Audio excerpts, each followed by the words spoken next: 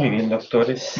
Vamos a empezar la última sesión de teorías conmigo con el tema de anemia megaloblástica. En la pantalla pueden observar una fotografía de la empaquetadura de una de las primeras ampollas de vitamina B12.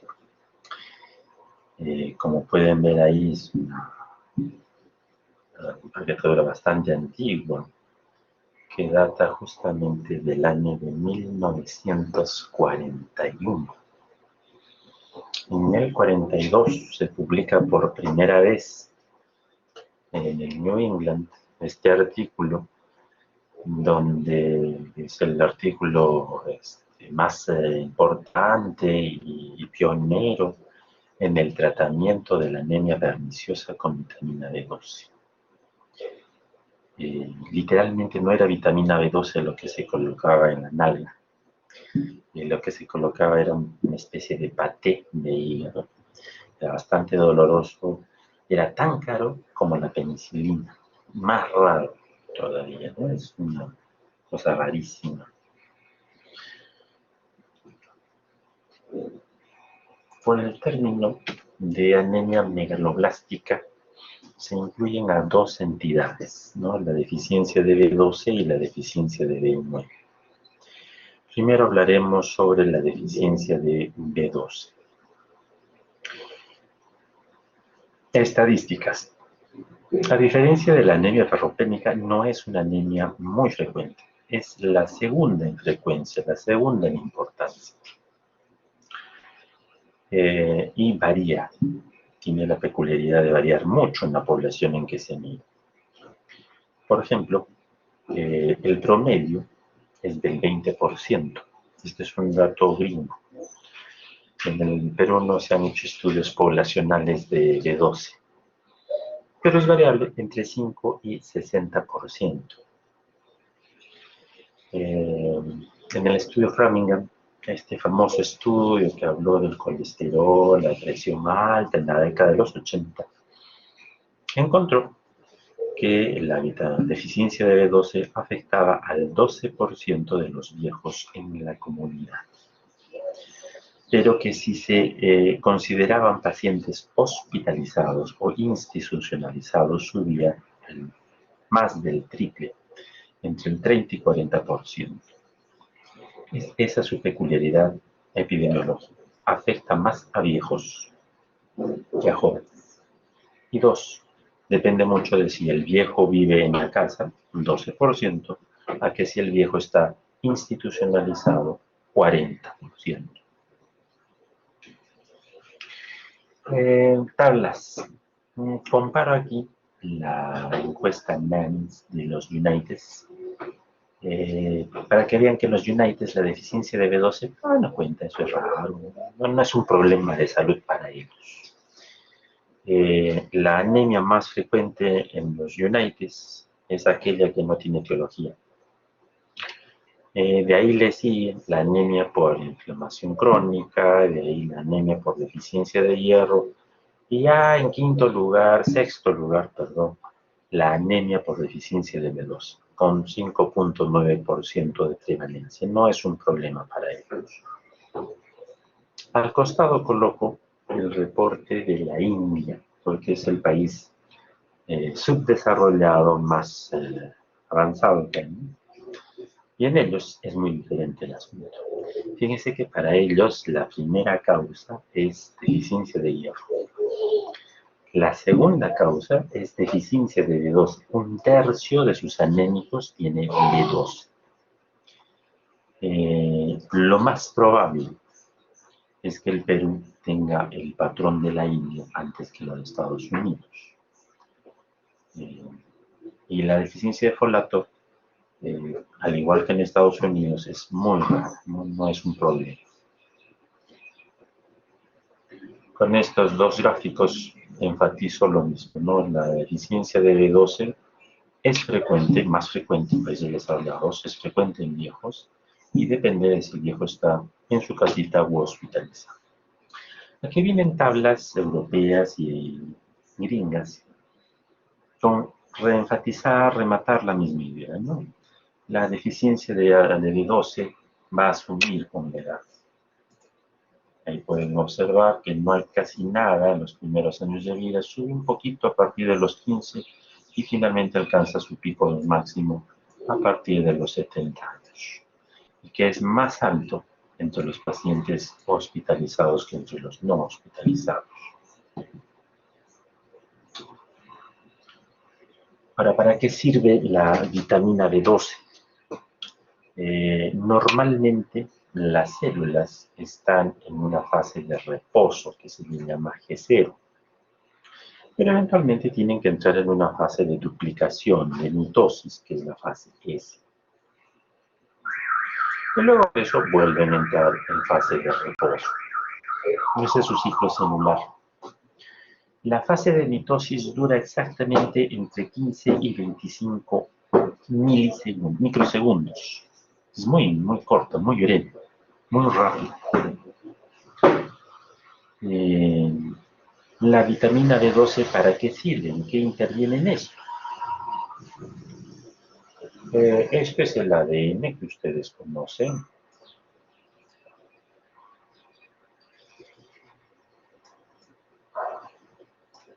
La doble cadena. Cuando la célula entra en mitosis, una hebra del ADN se abre y la otra se abre para el otro lado. Y acá siguen puntitos.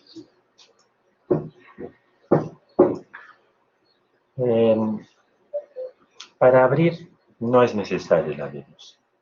La B12 interviene en todas las enzimas que permiten cerrar las cadenas. Si no hay B12, las enzimas que cierran las cadenas del ADN no funcionan y las hebras se quedan abiertas. Como se quedan abiertas, el organismo dice no está bien porque podría haber alguna mutación. Y entonces se disparan mecanismos apoptóicos que terminan por eliminar la célula que ha tenido mucho tiempo las cadenas de ADN abiertas. A eso se llama que la fase S se prolonga. Cuando la fase S se prolonga más allá del segundo, en realidad es menos 30 milisegundos, la célula entra en apoptosis. Y acá hay dos mitos. Ustedes estudian anemia megaloblástica y el médico termina creyendo que esto es solamente un problema de anemia, ¿no? Que no tiene nada que ver nadie más. No, todas las células del organismo, todas, desde el cerebro hasta las hematopoyéticas, tienen que dividirse. Por consiguiente, todas las células del organismo necesitan de B12. Es decir, la noción que tienen ustedes de que la vitamina B12 es necesaria solamente para el tejido hematopoyético es errada. Debería haber una forma de bloquear a los niños que siguen entrando, de verdad. El gusto de llegar tarde, porque tienen la computadora a la mano en el celular. En fin. La fase S, les decía, es propia de todas las células. La deficiencia de B12 es una enfermedad sistémica que malamente se llama anemia megaloblástica, que invita al error. Y todas las células, igual que en el tejido hematopoyético, todas entran en apoptosis. ¿Por qué se le llamó entonces anemia megaloblástica? Porque se describió por primera vez en este tejido. Ya con los años, en la década de los 60, se entendió que no, que había un error. En el caso específico del tejido hematopoyético, nace la célula madre y luego se divide y ahí entra en apoptosis. Al momento de entrar en apoptosis, estalla y va a liberar una serie, todo lo que ha podido producir la célula. Como si fuera una hemólisis, solo que no se le llama hemólisis, simplemente es como si fuera. A eso se llama hematopoiesis megaloblástica, es decir, al crecimiento y luego duplicación del ADN y la subsecuente apoptosis que termina por destruir la célula en la médula ósea. Causas de etiología. Hay un montón de causas de etiología. Esta es una tabla gringa, una traducción gringa, ¿no? Una diarrea de causas que no vale la pena que yo las mencione. Más adelante hay un estudio peruano que ahí sí lo vamos a desmenuzar con más gusto. Aquí no.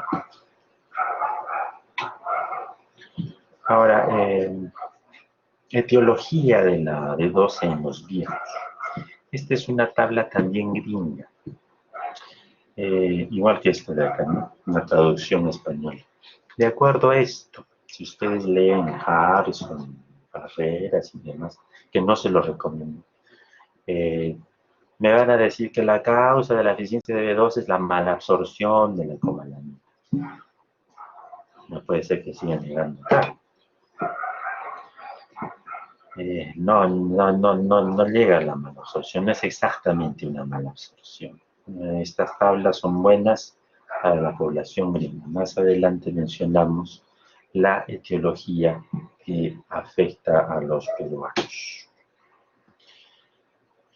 Sobre B12 es necesario recordar algo de su fisiología. Entonces nosotros consumimos la cobalamina y en la saliva se une a las proteínas R. ¿Qué transporta la cobalamina?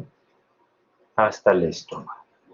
En el estómago se libera de la proteína R, producto del ácido clorhídrico. Las proteínas R son captadas por las células parietales para ser reutilizadas nuevamente. Y la cobalamina se une al factor intrínseco, también secretado por las células parietales. Las mismas parietales que recogen la R también son las que producen el factor intrínseco, que es en realidad un primo hermano de la proteína. Luego es transportado este complejo hasta el intestino, donde finalmente se absorbe en el hilio distal. En los últimos 80 centímetros, donde allí, a través de un receptor específico que se llama cubilina, es un receptor para el factor intrínseco, se internaliza la cobalamina, y la cobalamina es entregada a las transcobalaminas, que hay 1, 2 y 3. De todas ellas, la más importante es la transcobalamina 2. La 1 y la 3 tienen un papel casi accesorio en muchas funciones en el organismo. Muchas veces los alumnos se equivocan entre lo que hace una célula parietal de lo que hace una célula principal. Esa es una advertencia que espero consideren al momento de estudiar. Entonces, la deficiencia de B12 afecta a todos los órganos de la economía, todos. Y en todos va clínica. Por ejemplo, en el pulmón, la deficiencia de B12 va a producir macrocitosis del epitelio broncal y esto se va a traducir en asma, bronquitis, tos crónica, laringitis, etc. La deficiencia de B12 afecta al aparato genitourinario y va a producir pérdida de la libido, incontinencia, vejiga, infertilidad, cistitis, impotencia, menorragias, metrorragias, etcétera, etcétera, etcétera. No estoy diciendo que la B12 es mágica, milagrosa y cura todo, como si fuera el magnesol, no. Pero sí estoy diciendo que deben sacar de su cabeza que la B12 solamente lo pienso cuando tengo anemia macrocítica. Y esa mentalidad, no. También hay deficiencia de B12 que afecta, por ejemplo, al músculo esquelético, ¿no? Donde se traduce en osteoporosis, sarcopenia, espasmos, calambres. Osteoporosis, sí, el mito que les venden de la osteoporosis y el calcio es una visión muy reducida de lo que es la vida real. También afecta las funciones cognitivas y psicológicas. Depresión, fatiga crónica, pérdida de memoria, ideas suicidas, apatía, irritabilidad, conducta violenta, demencia y psicosis. Y así por el estilo en cada uno de los órganos que ustedes imaginen, la deficiencia de B12 da síntomas. objetivo de todo esto no es que les voy a preguntar, diga usted las manifestaciones de deficiencia B12 en otorrino. No, no, no sé. La idea es que tengan la noción que B12 es sistémico. No es solamente una triste y vulgar anemia, no es. De todas las molestias, de todo el cuadro clínico que da, que es larguísimo, larguísimo, las que más destacan son las neurológicas. Se fue porque son las que más se han estudiado, las primeras que se estudiaron también. Ahora, hay manifestaciones neurológicas centrales y periféricas. De las periféricas destacan estos síntomas: parestesias, deambulación inestable, descoordinación, fatiga, espasticidad y calambres. Los viejos usualmente se quejan de calambres, sobre todo vespertinos. Una de las causas es deficiencia de B12. Y estoy diciendo deficiencia, no que tenga anemia. El viejo puede tener 14 de hemoglobina y tener deficiencia de B12. Parestesias. Usualmente se traducen con sensación de ardor o de quemazón, que a veces da lugar en los viejos a lo que se llama síndrome de las piernas inquietas.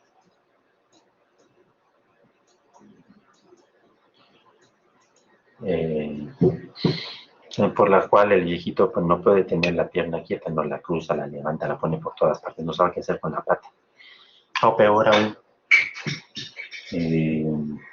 se le ocurre que le quema las patas y en la noche tiene que sacar las patas y se levanta y se echa agua y no puede dormir. Entonces esas dos manifestaciones son frecuentes en la deficiencia de B2, producto de las parestesias.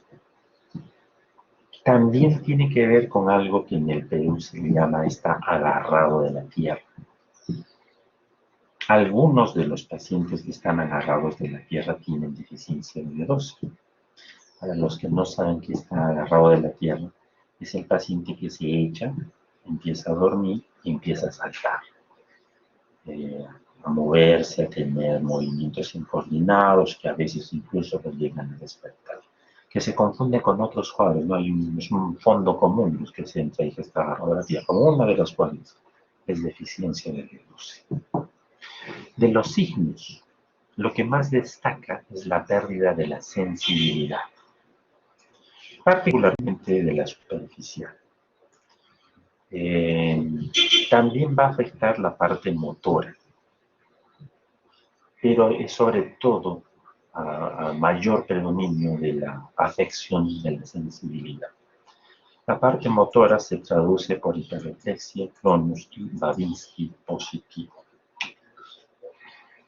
Esta es una anatomía patológica de una paciente con B12, antiguísima, ¿no? Ya no sé si es, donde se puede observar que cuando tienen B12 hay una pérdida de las astas posteriores. Las astas anteriores, donde va el componente motor, se afectan, pero no tanto.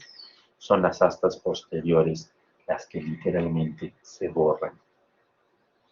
Y eso en la resonancia se observa como una siringomielización, ¿no? El cono medular se estrecha, se enjuta y da una apariencia de siringomiel. ¿Hasta ahí alguna duda o pregunta?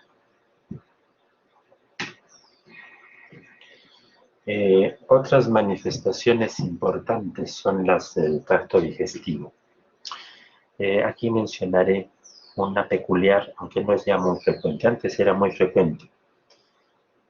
Producto de lo que no hay una síntesis de ADN, las células epiteliales no se renuevan, se descaman y se quedan como tal.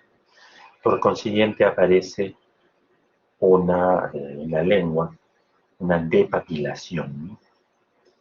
En tiempos antiguos alcancé yo a mirar una depapilación peculiar, que es esta, donde la lengua es suculenta y se le llamaba glositis de Hunter.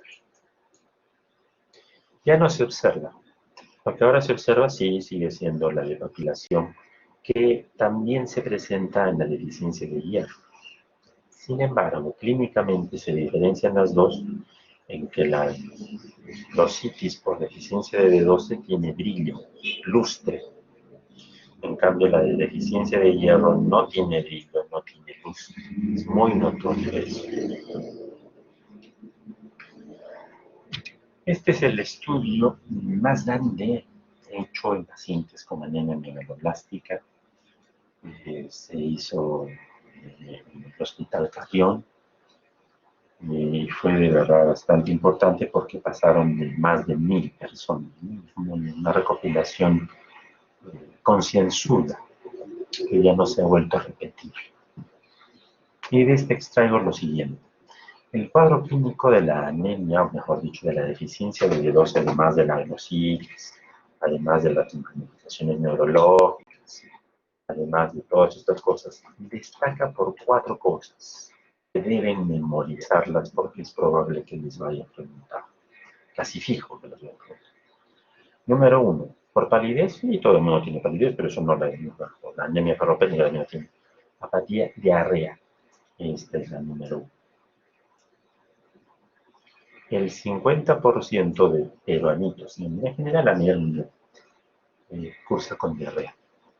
Es una diarrea intermitente, no asociada a comida, no tiene cólicos, no tiene pujo, no tiene tenesmo, a veces lientética, ¿no? Y eso es muy peculiar. Ninguna otra anemia lo da, ninguna. El paciente suele, por esa razón, medir mucho su dieta y empieza a bajar más de peso por la dieta. 2, baja de peso. La anemia ferropénica, por ejemplo, ¿bajan de peso? Sí, bajan de peso. 1 kilo, 2, máximo 3. En la anemia megaloblástica, en deficiencia de B12, la bajada de peso es súper importante. 1/3 de los pacientes la tienen y siempre es más de 5 kilos al mes. Es decir, no es una bajada de peso ridícula, no es una grosera bajada de peso. De manera que el paciente suele venir con diarrea y todo chupado, un hueso.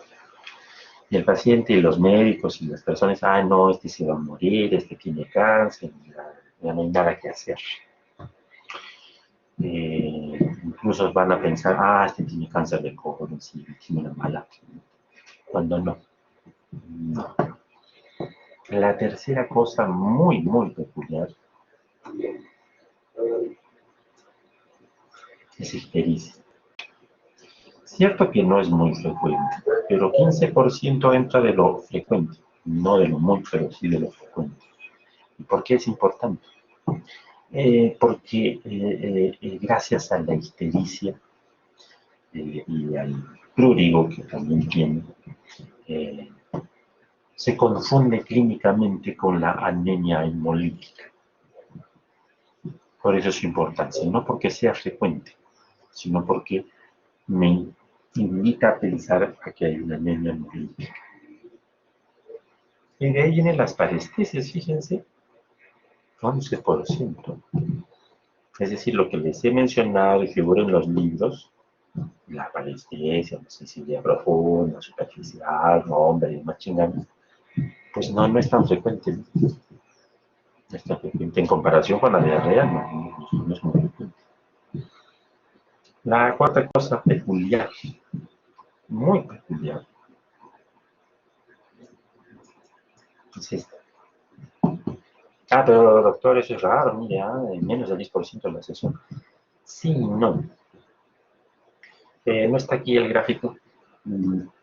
Eh, las alteraciones de la esfera mental son raras si se consideran pacientes adultos jóvenes. A lo más que va a tener es depresión. En cambio, si le da un viejo, que es lo más frecuente, se confunde muchísimo con demencia. De hecho, cuando yo era joven me decían, una de las causas de Alzheimer es la deficiencia de B12. De veritas yo lo creía, así me lo enseñaban, estaba en el libro. Recién en la década del 2000 dijeron, no, disculpen, nos hemos equivocado. La demencia de Alzheimer nada tiene que ver con B12. Pueden coexistir, una coincidencia, pero en mi época sí se creía eso. Entonces, por favor, Recuerden este orden porque lo más probable es que nos pregunten algo con estas 4 peculiaridades. Las 2 primeras por su enorme frecuencia y las 2 últimas no por su frecuencia sino por su rareza y porque invita a confundir con otras enfermedades. ¿Hasta ahí alguna duda o pregunta? Bueno, supongo que están grabando y en algún momento mirarán el video. Estos mismos autores se dieron la molestia de hacerles endoscopía, ¿no? Y de hacerles biopsia. Y encontraron que la principal causa de deficiencia de B12 es la gastritis crónica atrófica, siendo el cáncer una cosa rara. Y doctor, ¿y esto cómo se condice con lo que la tabla gringa que yo les presenté? El gringo le llama, acá la voy a poner, malabsorción. Ese es el nombre que el gringo le pone. El latino, porque esto no solo es nuestro, le ponemos el nombre de gastritis crónica atrófica. Entonces, ahora sí no hay una divergencia entre ambas tablas. Solo que nosotros le llamamos gastritis crónica atrófica a lo que el gringo le llama malabsorción de cobalamina. Ya el cáncer, como les dije, cáncer del estómago es una rareza. ¿Hasta ahí alguna otra duda, pregunta?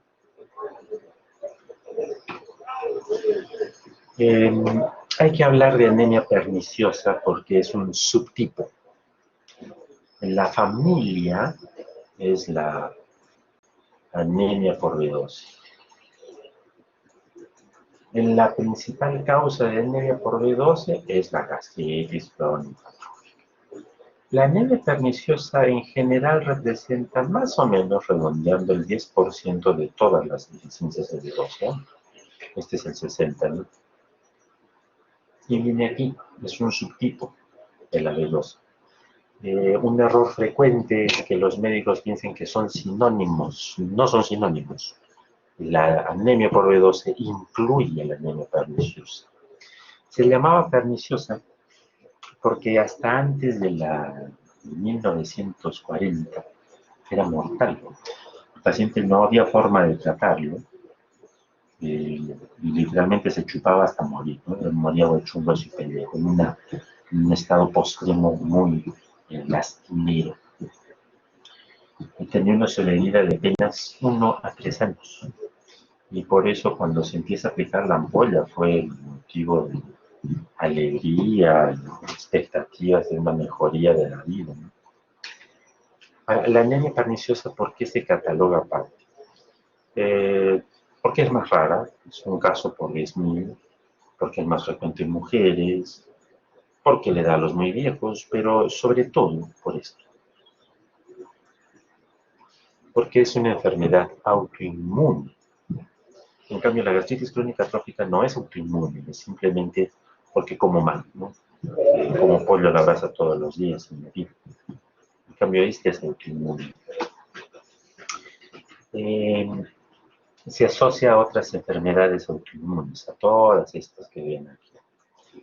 De toda esta recatafila, hay 2 con las que le gusta ir mucho, a veces de manera sincrónica, las 3 a la vez, a veces de manera secuencial, una primero se cubre y luego viene mucho. Su asociación más frecuente es con vitiligo, que aquí justo está mostrado, y la segunda es con enfermedades de la tiroides. Lo usual en el Perú y toda Latinoamérica es que primero debute la tiroides, más hipotiroidismo, tiene 5 años, y después aparece la B12, y después remata el vitiligo. Pero puede cruzar con cualquier otra enfermedad autoinmune. Eso hace que estos pacientes tengan autoanticuerpos, ¿no? Contra células parietales, musculizo, tiroideo, un montón de autoanticuerpos. De estos autoanticuerpos hay 2 que destacan muchísimo. los anticuerpos antifactor intrínseco, porque justamente estos anticuerpos me van a decir con una especificidad muy alta, usted tiene anemia perniciosa.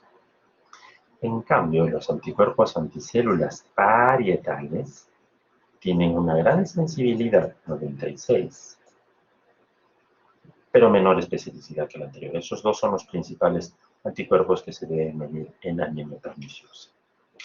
Este es un mielograma de un paciente con anemia megaloblástica por B12. Como pueden ver, son células, es una célula roja, que ha empezado la apoptosis, por eso ven espacios blancos en el núcleo, porque está entrando agua a raudales y va a terminar por estallar hacia pum, como un globo, y va a liberar lo que haya podido producir hasta ese momento. Hay formas monstruosas de glóbulos blancos, grandes e inútiles, y no pueden funcionar. El nombre de megaloblástica viene de esto, de la presencia de grandes, gigantescas células en la médula ósea. Otras características laboratoriales. Es una anemia, la B12, que viene con pancitopenia en la mitad de casos. En cambio, en la deficiencia de hierro, la deficiencia de ácido fólico, no. Ellos suelen venir con anemitas, pero no con pancitopenias. Suele cursar también con deficiencia de hierro, por una razón lógica. Si yo tengo gastritis crónica trófica, entonces mi estómago no puede producir ácido clorhídrico. Si no produce ácido clorhídrico, la cobalamina no se despega de la proteína R y el factor intrínseco queda mirando cómo se va. Igual, si no tengo ácido clorhídrico, el hierro no se oxida y tampoco lo absorbe. Por eso suele cursar con algún grado de anemia ferropénica. Otras peculiaridades, como hay esta destrucción de glóbulos rojos, del tejido hematopoyético en la médula, es que esta anemia da 3 marcadores: aumento de la bilirrubina indirecta, aumento de la HL y disminución de la hemoglobina. Los 3, más la ictericia, hacen que yo me pueda confundir con una anemia hemolítica. Simula mucho, el parecido es gigantesco. Y para confundir las cosas, a veces, no infrecuentemente las dos coexisten, pero bueno. Entonces, su principal diagnóstico diferencial es con anemias hemolíticas. La principal diferencia es que la anemia megaloblástica, los reticulocitos van bajos y la hemolítica, los reticulocitos van altos.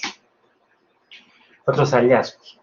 En la lámina periférica del hemograma se puede observar esta palabra: polisegmentación de polimorfonucleares. Polimorfonucleares significa que los neutrófilos tienen más de 5 lóbulos, ¿no? Y eso no es patognomónico, pero sí sugerente de deficiencia de B12, sugerente. Y en el aspirado de médula también se pueden observar células gigantes, sobre todo bastones gigantes. Diagnóstico. El diagnóstico se hace mediante el dosaje de vitamina B12. Sin embargo, allí hay un problema. No hay un único valor. Por ejemplo, comparen ustedes, la OMS dice el promedio es 480, pero jamás ha dicho cuál es el mínimo. El Ministerio de Salud de los gringos dice el mínimo es 350, no ha dicho el promedio. Los japoneses dijeron no, para nosotros es entre 500, a partir de 500 es lo normal. Harrison dice de 300 a 900. Canadá dice no, el mínimo es 180. ¿Por qué tanta variación? Porque eso depende de cada población. Cada país con plata ha estudiado cuánto es el valor normal de B12. Los latinos hemos estudiado cuánto es nuestro valor normal, ni por asomo. Entonces, ¿cuál valor debemos asumir? Como buenos latinos, siempre vamos a asumir como si fuéramos gringos, virgos, blancos. Ese es el valor usual que se asume en el Perú, mínimo de 350. Ahora, ¿está mal asumir eso? No. La OMS, ahorita les ha dado algunas recomendaciones. También se puede diagnosticar midiendo el ácido metilmalónico en pitch. guarda una proporción inversa con el nivel de B12. Es decir, habrá mucho ácido metilmalónico si tengo poca B12. Y habrá poco ácido metilmalónico si tengo harta B12. Es inversamente proporcional. Por estos problemas, la OMS calificó y dio estas recomendaciones y criterios, ¿no? Para la OMS dice que existen valores normales, insuficiencia y deficiencia. Fíjense que para la OMS dice la vitamina B12 es normal si está arriba de 470. Ustedes hablan de insuficiencia con menos de 470. Acá me equivoqué, acá es menos por si acaso. Y habla de deficiencia ya a partir de 400. Muy diferente de lo que en el Perú les he dicho se aplica 350. ¿No? Muy diferente. Y también dice, pero por favor nunca lo hagan solo. Deben también dosar el ácido metilmalónico. Y si les es posible, homocisteína. Entonces, el diagnóstico se hace en base a la presencia de macrocitosis y reticulocitopenia y los respectivos. Tengo que hacer el diagnóstico diferencial con ácido fólico. Tengo que hacer mi diagnóstico diferencial con anemia hemolítica, con síndrome mielodisplásico, a veces puede, y también tengo que determinar si es autoinmune o no para saber si es pernicioso o no. Tratamiento. El tratamiento es con vitamina B12. No hay un esquema exacto de cuánto dar. Lo que hace la mayoría es dar en forma intramuscular una vez por día, por 2 semanas o 10 días, y ahí es una dosis semanal y luego cada 6 meses. La principal diferencia del tratamiento es que si yo digo que es una anemia perniciosa, va a necesitar de 12 de por vida. En cambio, si le digo, es por gastritis crónica trópica, es solo 6 meses hasta que la gastritis se resuelva. Hasta ahí, ¿alguna duda, pregunta?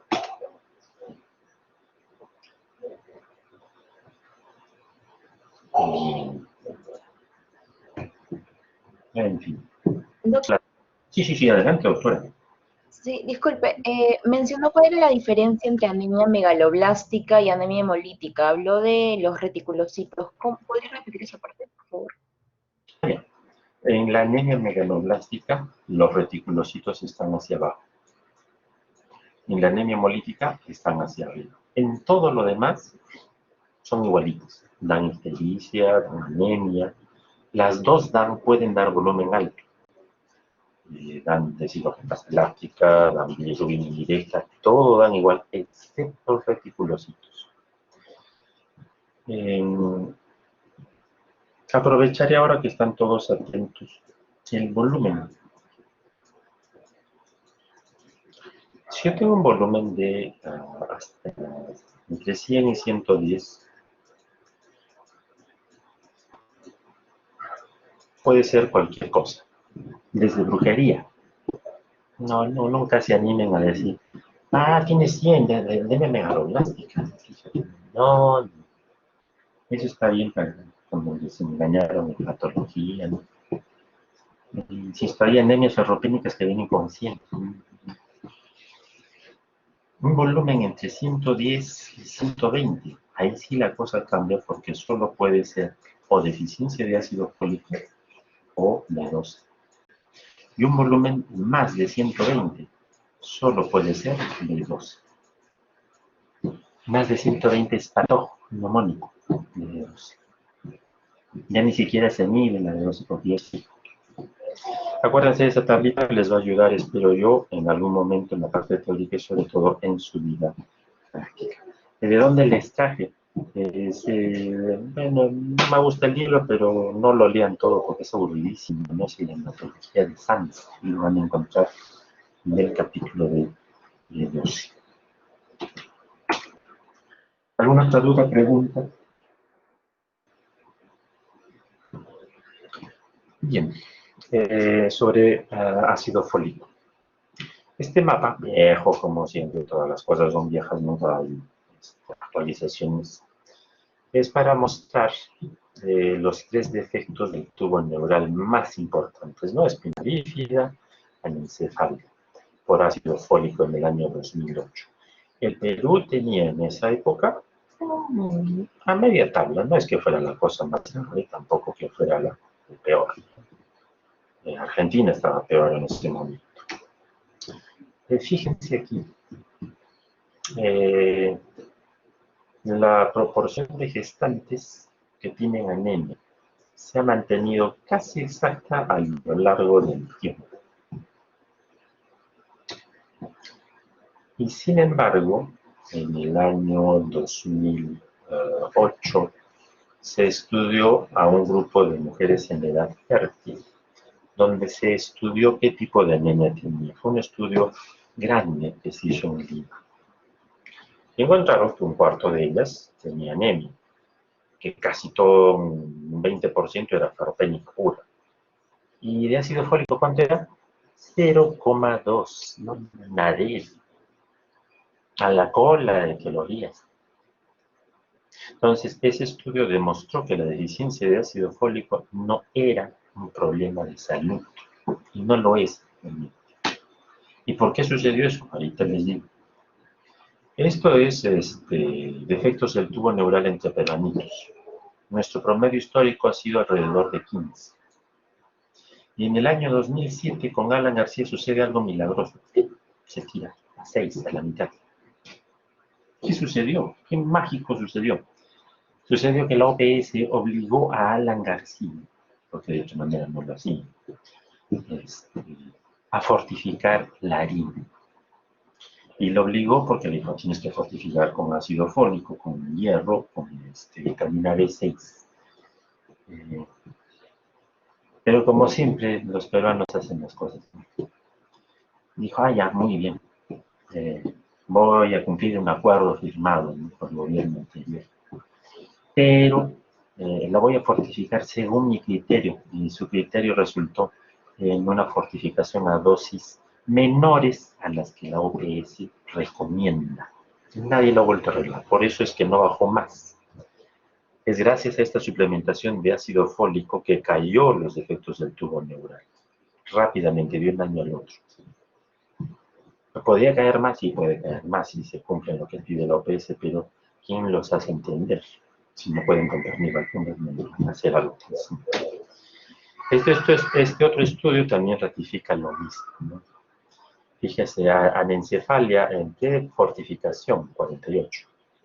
Post-fortificación, 17. La tasa baja de 5 por 10.000 recién nacidos a menos de 2. Igual que los demás, todo eso por la fortificación de la harina. Esta fortificación de la harina funcionó para el ácido fólico, pero no funcionó para el hierro, porque para el hierro los peruanos necesitarían consumir más pan, y no son paneros. El peruano no es panero. La diferencia, por ejemplo, esto fue una maravilla en Chile. Los chilenos crearon esto, porque los chilenos comen pan, pero a patadas, en todas las formas había ese pan. Entonces, la deficiencia de ácido fólico ya perdió mucha importancia, pero todavía se puede observar en personas en grupos muy, muy restringidos. Por ejemplo, en los que usan fármacos antagonistas, metrotexate, dimetamina, dimetropin, es básicamente pacientes con AR y con SIDA. A ellos sí hay que medirles. 2. En alcoholismos, ni hablar. Ya más raro todavía, pero ya recontra raro, es que aparezcan en algunos cánceres, leucemias, y en prematuridad. Prematuros, ¿no? La señora tiene el primer embarazo prematuro, 36, segundo, 34, esto le falta ácido fólico. También puede haber por otros fármacos que ya no son tan requeridos, ¿no? Anticonceptivos orales se usa, sí, pero hago referencia a los de segunda generación. Los de tercera, que son los que se usan ahora, no tienen esa misma potencia para bloquear la absorción de ácido fólico. Pues, ¿de qué me resumo? ¿Quién es sospecho de ácido fólico? No es en viejos, no, sino es en guaraperos, en alcohólicos crónicos y en pacientes que usen fármacos.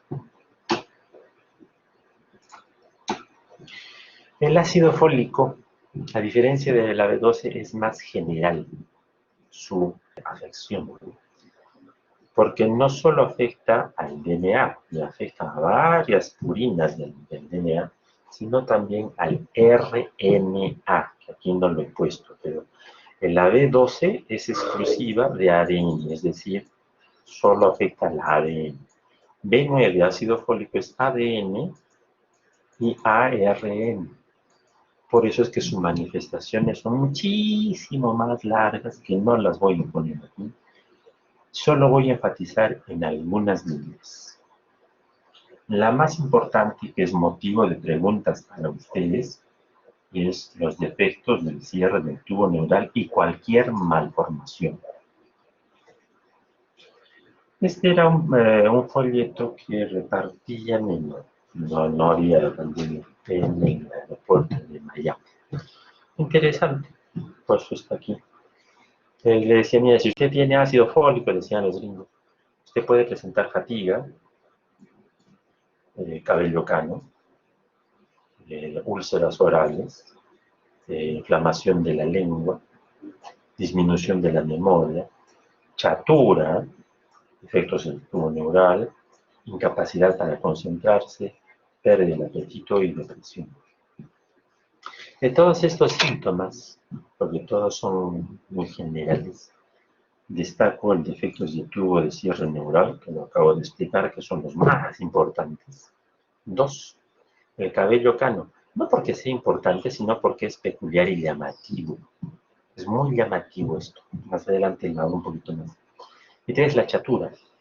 Yo les había dicho, si no comen hierro se quedan chatos, pero si no comen ácido fólico, si mamá no les da ácido fólico en las primeras 8 semanas, de peor. Ya se quedan enanos. Pero ahí sí es muy, muy marcado. Cuando hablen de ácido fólico y defectos del tubo neural, hay la idea que solo da defectos del tubo neural cuando no. Lo debo sospechar cuando tienen cualquier otra malformación. La más común, labio y paladar en niño. Señor, ¿usted tiene le mido el ácido fólico? Usted dice, ¿vuelve a salir embarazada? Le vuelvo a medir el ácido fólico porque es muy probable que usted tenga esa deficiencia de ácido fólico. También puede ser por el sistema bielocalicial doble, por malformaciones cardíacas, cualquier malformación. Nació con una uña de más, deficiencia de ácido fólico. Ese es mi razonamiento. La otra peculiaridad del ácido fólico, les decía, es que el ácido fólico produce un aumento de la homocisteína. La B12 también, solo que el ácido fólico muchísimo más, es más pronunciado. Y por esta hiperhomocisteinemia da manifestaciones cardiovasculares, que es un componente fuerte, muy fuerte. ¿En qué se manifiesta? En hipertensión, en enfermedad coronaria, aterosclerosis, arritmia. De todas estas cosas, esta es la más marcada. La deficiencia de ácido fólico se asocia a déciles isquémicos, con más frecuencia que las otras manifestaciones. Y finalmente, a cáncer. Cáncer, específicamente cáncer de colon. Finalmente, diagnóstico. No he colocado el hemograma porque no es un hemograma peculiar. No es que el ácido fólico suba mucho la B12, usualmente solo viene como anemia. El diagnóstico es fácil. Agarro y mido ácido fólico total. A veces es necesario medir el ácido fólico dentro del glóbulo rojo, que eso es una prueba confirmatoria. Pero usualmente es suficiente con medir el ácido fólico total. En este hemograma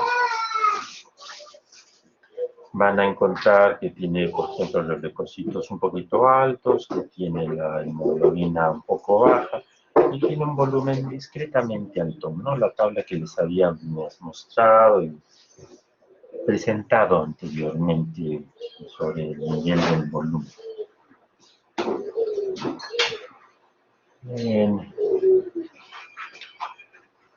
Finalmente, tratamiento. El tratamiento del ácido fólico no hay una dosis exacta, hay varias sugerencias de tratamiento. Todas estas dosis de tratamiento se basan de acuerdo a la enfermedad que haya, ¿no? Pueden ser muy bajas, como 0,5, o muy altas, como 15 miligramos al día.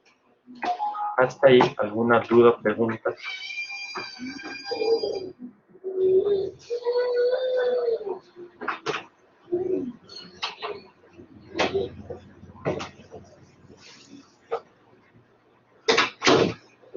Muy bien, doctores, si no hay dudas, preguntas, y hasta aquí terminamos. Esta es mi participación. Ya los veré en el examen, esperando que no hagan reclamos de las preguntas que les estaré haciendo. Gracias, doctores.